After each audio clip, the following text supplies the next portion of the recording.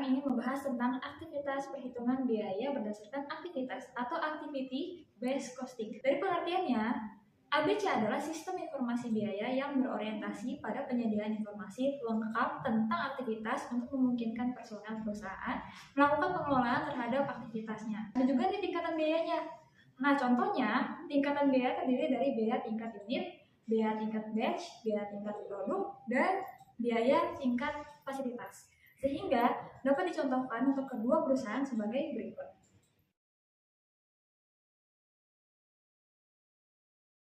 Selanjutnya, ABC juga dipengaruhi oleh pemicu biayanya. Pemicu biaya adalah faktor atau aktivitas yang menyebabkan timbulnya biaya dalam suatu proses produksi atau penyediaan jasa. Nah, pemicunya itu adalah jumlah unit yang diproduksi, jumlah batch yang diproduksi, jumlah produk yang dihasilkan, dan waktu yang dihabiskan untuk aktivitas. Contoh sederhananya, misalnya dalam sebuah perusahaan manufaktur, jumlah setup mesin dapat menjadi pemicu biaya untuk aktivitas setup mesin. Semakin sering mesin diatur ulang, semakin tinggi biaya yang timbul. Dengan menggunakan jumlah setup mesin sebagai pemicu biaya, perusahaan dapat menghitung biaya setup mesin yang sebenarnya dialokasikan ke setiap produk. Kemudian, kita bisa bandingkan nih antara activity based costing dengan sistem tradisional. Nah, activity based costing atau ABC adalah suatu metode penentuan biaya yang lebih rinci dibandingkan metode tradisional. Karena ABC memberikan pemahaman yang lebih mendalam tentang penyebab timbulnya biaya dan bagaimana biaya tersebut dialokasikan ke produk atau jasa. Nah, sistem tradisional lebih sederhana, tetapi kurang akurat dalam mengalokasikan biaya overhead, terutama untuk perusahaan dengan produk yang kompleks dan beragam. Distorsi biaya produksi dalam ABC. Pengertiannya, distorsi biaya produksi merujuk pada ketidakakuratan dalam penentuan biaya suatu produk. Distorsi ini dapat terjadi karena metode tradisional seringkali tidak mampu mengalokasikan biaya overhead secara tepat.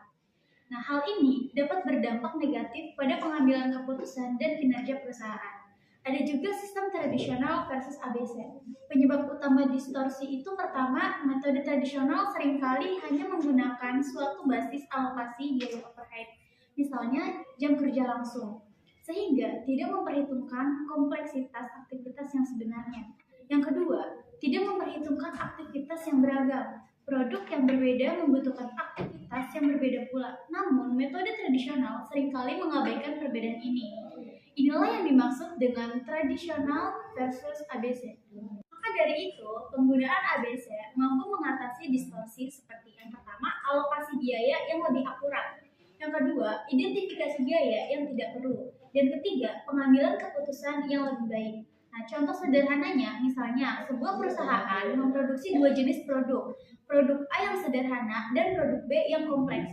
Jika menggunakan metode tradisional, biaya overhead mungkin dialokasikan berdasarkan volume produksi. Akibatnya, produk B yang lebih kompleks akan menanggung biaya overhead yang lebih tinggi, padahal produk ini mungkin membutuhkan aktivitas yang lebih sedikit. Nah, dengan ABC, biaya overhead akan dialokasikan berdasarkan aktivitas yang sebenarnya dilakukan. Keunggulan strategi ABC yaitu ada memberikan keunggulan kompetitif dengan satu, meningkatkan akurasi informasi biaya. Yang kedua, ada memungkinkan pengambilan keputusan yang lebih baik. Yang ketiga, ada meningkatkan efisiensi operasional. Dan yang keempat, mendukung inovasi produk dan jasa. Contoh penerapan pada ABC, mari kita ambil contoh sebuah perusahaan kecil yang memproduksi dua jenis kue. Ada kue bolu dan kue coklat.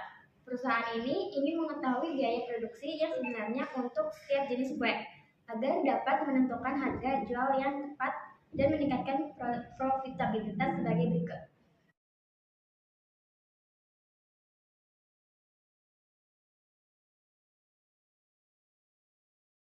ABC di bidang usaha manufaktur.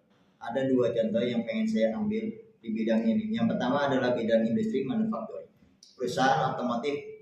Yang pertama, adanya identifikasi aktivitas perakitan, pengecatan, dan pengujian kualitas. Yang kedua, adanya kos jumlah komponen, luas permukaan yang dicat, dan jumlah pengujian. Yang ketiga, manfaat, mengidentifikasi biaya yang sebenarnya untuk setiap model mobil sehingga perusahaan dapat menentukan harga yang kompetitif.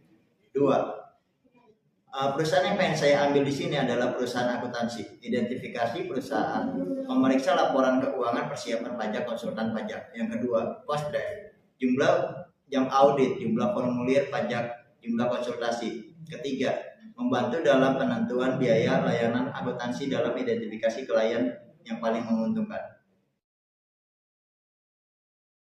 Aktivitas based costing memiliki kekuatan dan kelemahan. Kekuatan yang pertama memberikan gambaran biaya yang lebih akurat, yang kedua membantu membuat keputusan strategis, yang ketiga mengidentifikasi area-area yang perlu perbaikan untuk meningkatkan efisiensi operasional, yang keempat mengalihkan perhatian dari volume produksi ke aktivitas yang sebenarnya menyebabkan biaya.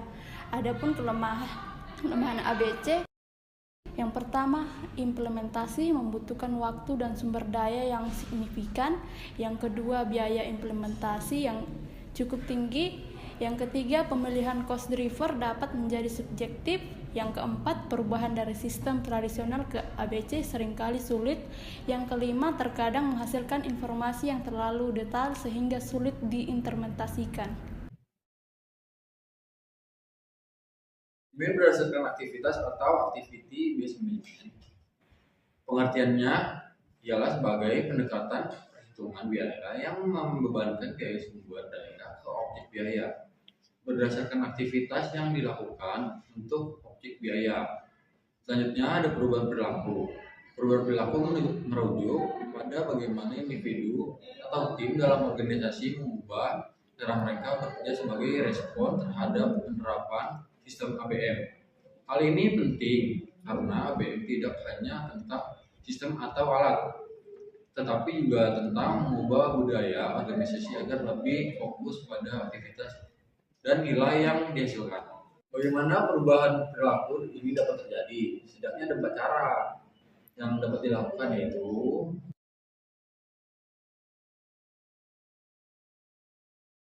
perubahan perilaku. Salah satu contohnya adalah manajer proyek yang harus mulai fokus pada aktivitas yang menghambat penyelesaian proyek dan mencari cara untuk mengoptimalkannya.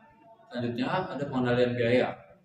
Pengendalian biaya dalam ABM atau activity based management berfokus pada aktivitas yang menjadi penyebab timbulnya biaya, bukan pada produk atau departemen secara keseluruhan. Selanjutnya, ada pengendalian biaya dalam activities based management dilakukan dengan langkah-langkah sebagai berikut. Mengapa BM atau activity based management efektif dalam mengendalikan biaya? Karena ABM lebih fokus pada akar masalah, pengalokasian biaya yang lebih akurat serta informasi biaya yang lebih akurat, sehingga memungkinkan manajemen membuat keputusan yang lebih baik. Selanjutnya ada contoh pengendalian biaya dalam ABM. Ada contoh pengendalian biaya terhadap kedua jenis perusahaan, yakni sebagai berikut. Dapat disimpulkan bahwa pengendalian biaya dalam activity based management adalah proses yang berkelanjutan yang melibatkan identifikasi aktivitas, analisis biaya, dan pengambilan tindakan untuk mengurangi biaya yang tidak perlu.